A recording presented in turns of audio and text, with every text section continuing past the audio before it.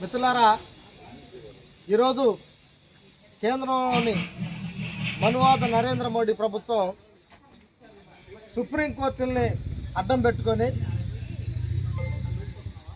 నిరంకుశ పాలన, సుప్రీంకోర్టుని సెకండ్లుగా ఉపయోగించుకొని ఒక నిరంకుశ పాలన పరిపాలిస్తూ ఉంది. ఈ దేశంలో వేల సంవత్సరాల నుంచి అణిచివేతకు, అవమానాలకు, ఆర్థిక దోపిడీకి గురైన ఎస్సీలు, గుడికి బడికి దూరమైన ఎస్సీలు గత్యంతరం లేక నువ్వు గుళ్ళోకి రానివ్వకపోతే, వీళ్ళు వేరే గుడికి పోతే ఈరోజు వాడు మీరు ఎస్సీలు కాదు, ఇంకో గుడికి పోతే మీ ఎస్సీ హోదా రద్దు అవుతుందని చెప్పేసి కోర్టులను అడ్డం పెట్టుకొని తీర్పులు వేయటం చాలా హేయమైన చర్య. గతంలో కూడా ఈ నరేంద్ర మోడీ ప్రభుత్వం కోర్టులను అడ్డం పెట్టుకొని త్రిపుల్ తలాక్, ముస్లింకి సంబంధించిన త్రిపుల్ తలాక్ కానీ, అలాగే ఎన్ఆర్సీ బిల్లులను తీసుకురావటం, నాడు ముస్లింల మీద దాడి, నేడు క్రైస్తవుల మీద దాడి, తర్వాత ఆదివాసీల మీద దాడులు చేస్తూ ఈ దేశం మూలవాసుల్ని అణగదొక్కాలని చూడటం చాలా నీచమైన చర్య. ఈ దేశంలో ఇంత జరుగుతున్న ఒక ఆయన నా ఎస్సీలు, నా ఎస్టీలు, నా బీసీలు అంటాడు, కానీ ఎస్సీ ఎస్టీ బీసీలపై దాడులు జరిగితే స్పందించడు.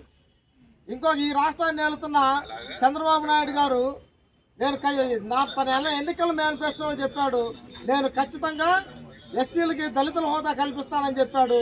ఈరోజు ఎస్సీ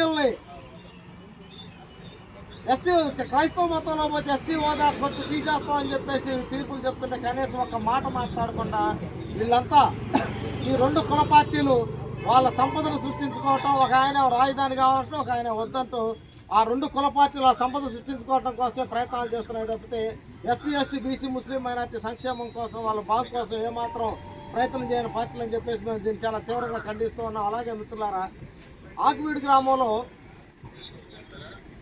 ఎన్నో తరాలుగా అక్కడున్న మాలలో ఆ దేవాలయాన్ని పూజించుకుంటుంటే ఈరోజు అక్కడికి వచ్చి రఘురామకృష్ణరాజు గారు అది దేవాలయంలో ఉన్న రాముడు, అంకాలం కూడా అయితే అక్కడ ఉన్న రాముడు అని చెప్పేసి తన మంది మార్బలంతో 200 మంది పోలీసు వాహనాల్లో వచ్చి తన కార్యకర్తలు, జనసేన కార్యకర్తలు, శివశక్తి కార్యకర్తలు, ఆర్ఎస్ఎస్ కార్యకర్తలతో ఆ మాలపల్లి మీద దాడి చేసి వాళ్ళు నిరంకుశంగా కొట్టి వాళ్ళ మీద కేసులు పెట్టించి ఈరోజు రాజమండ్రి జైల్లో ఆడవాళ్ళని చూడకుండా రాజమండ్రి జైలు పంపిస్తాం చాలా నీచమైన చర్య. కానీ ఇక్కడున్న నేను ప్రశ్నించడానికే వచ్చానంటున్న పవన్ కళ్యాణ్ గారు మాత్రం ఇంతవరకు మాట్లాడిన దాఖలాలు లేవు.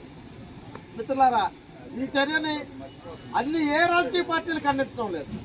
ఏ రాజకీయ పార్టీలు ఖండించకపోగా ఆడవాళ్ళను కూడా జైలు పంపించిన నీచమైన చరిత్ర కూటమి ప్రభుత్వాన్ని అని చెప్పేసి ఇలాంటి వ్యక్తులు పదవుల్లో ఉండడానికి అనర్హులని అతన్ని ఎమ్మని రఘురామకృష్ణరాజుని ఎమ్మటినే డిప్యూటీ స్పీకర్ పదవి నుంచి బర్తరాఫ్ చేయాలని బహుజన సమాజ్ పార్టీగా మేము డిమాండ్ చేస్తూ ఉన్నాం. ఈ విషయమై ఈరోజు పల్నాడు జిల్లా కలెక్టర్ గారికి మెమోరాండం వేయడానికి వచ్చామని తెలియజేస్తూ ముగిస్తున్నాం.